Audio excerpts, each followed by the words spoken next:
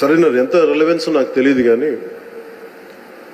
గత ప్రభుత్వ పాలకులు అధికారంలో లేకపోయినప్పటికీ కూడా, ప్రతిపక్షంలో కూడా వారికి అంత బలం లేకపోయినప్పటికీ కూడా, వారి రౌడిజం కానీ, వారి అసాంఘిక విధానాలు కానీ, వారి ఎనార్కిస్ట్ అప్రోచ్ కానీ ఏమాత్రం మారలేదు.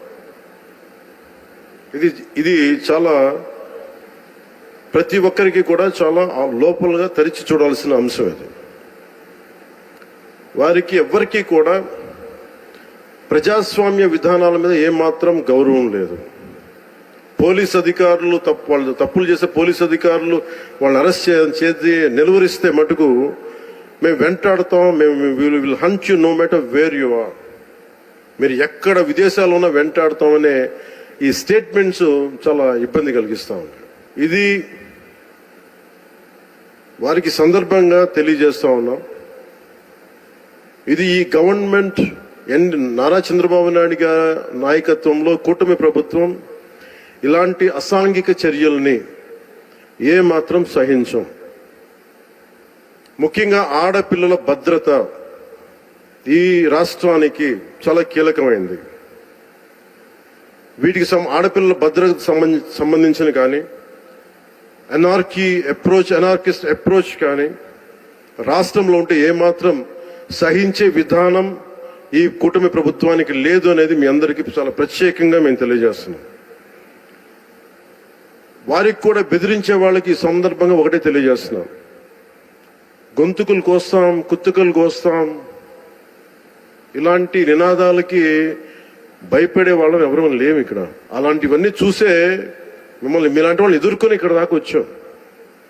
ఇలాంటి పిచ్చి బెదిరింపులు కానీ, పనికి మాలిన బెదిరింపులు కానీ దయచేసి చేయకండి. తాటాక చప్పులకి ఇక్కడ ఎవరు భయపడేవారు లేరు. ఇంకా సంస్కారం ఉంది కాబట్టి, మాట మీద గౌరవం ఉంది కాబట్టి ఇంకా చాలా పద్ధతిగా మాట్లాడుతున్నాం. ముఖ్యంగా అధికార యంత్రాంగం అందరికీ, right from constituency level to the state level, my appeal to all the officials, make sure you implement the good governance.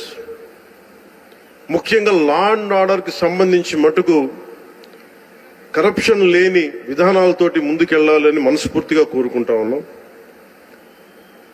అలాగే ఏ విధమైన ఇబ్బందులు కలిగించినా, చాలా మందికి ఒక ఆలోచన ఉండొచ్చు, మళ్ళీ ఆ ప్రభుత్వం వస్తే ఏమవుతుంది, ఆ ప్రభుత్వం రావట్లేదు.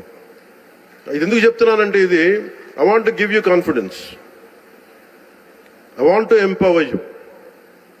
ఎందుకంటే మేమందరం ఇంక సహించడానికి సిద్ధంగా లేవు. ఇక్కడ ఈ కూటమి ప్రభుత్వం తక్కువ మేము మాట్లాడుకుంది 15 నుంచి 20 ఏళ్ళు ఉండాలి. ఎందుకు అనుకున్నామంటే, ఆంధ్రప్రదేశ్ వికసిత్ ఆంధ్రప్రదేశ్గా ఉండాలి, వికసిత్ భారత్లో భాగంగా ఉండాలి. అంటే ఈ ఐక్యత చెడగొట్టే పరిస్థితుల్లో నేను లేను, ఎవరు కూడా లేవు.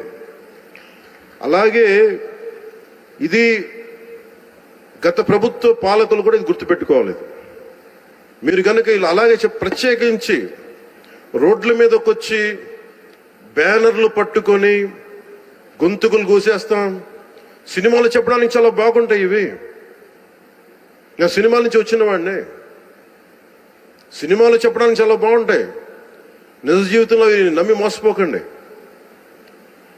కాలు మక్కిలు ఎరకొట్టు కింద కూర్చోబెడతాం. జాగ్రత్త, పిచ్చి వేషాలు వేయకండి ఎవరు కూడా. ఇవి సరదాగా ఉండే విషయాలు కాదు ఇవి.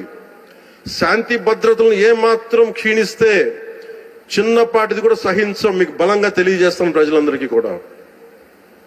పిచ్చి పిచ్చి మాటలు మాట్లాడకండి ఎవరు. సరదాగా లేం మేము ఇక్కడ. చాలా దెబ్బలు తిని వచ్చాం ఇక్కడ దాకా, చాలా దెబ్బలు తిని వచ్చాం. 5 స్టార్ హోటల్స్ లో ఉన్నా కానీ రక్షణ లేని పరిస్థితిలో ఉండేది. రోడ్ల మీదకి లాక్కొచ్చి మహిళలను కూడా వీళ్ళు జైల్లో పెట్టిన వ్యక్తులు. అవన్నీ తట్టుకొని నిలబడ్డామంటే ఇంకా మేము సంస్కారంగా ఉండాలి. With the constitutional guide lines, with in the frame work of law ఉండాలి. కాబట్టి చాలా పద్ధతిగా మాట్లాడుతున్నాం. అనవసరంగా రెచ్చగొట్టకండి ఇవన్నీ ఇలాంటి మాట్లాడి. నేను తమిళనాడు సభలో కూడా చెప్పాను. అదేంటంటే సాధు మిరండాలు కాడు కొళ్ళాదంటే, సజ్జనుడి కోపం వస్తే అడవి కూడా ఆపలేదనేది.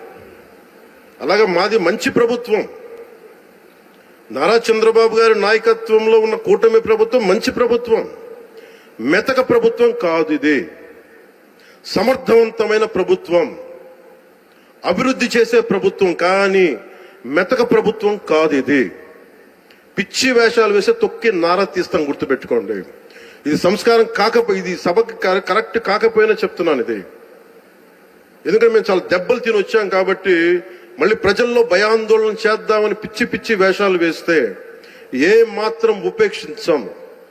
అధికారులకు కూడా మేము అదే అప్పీల్ చేస్తున్నాం.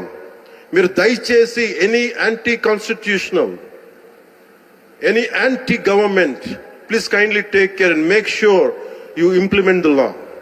Make sure it should be within the legal framework. Thank you. Jai Hind, Jai Bharat.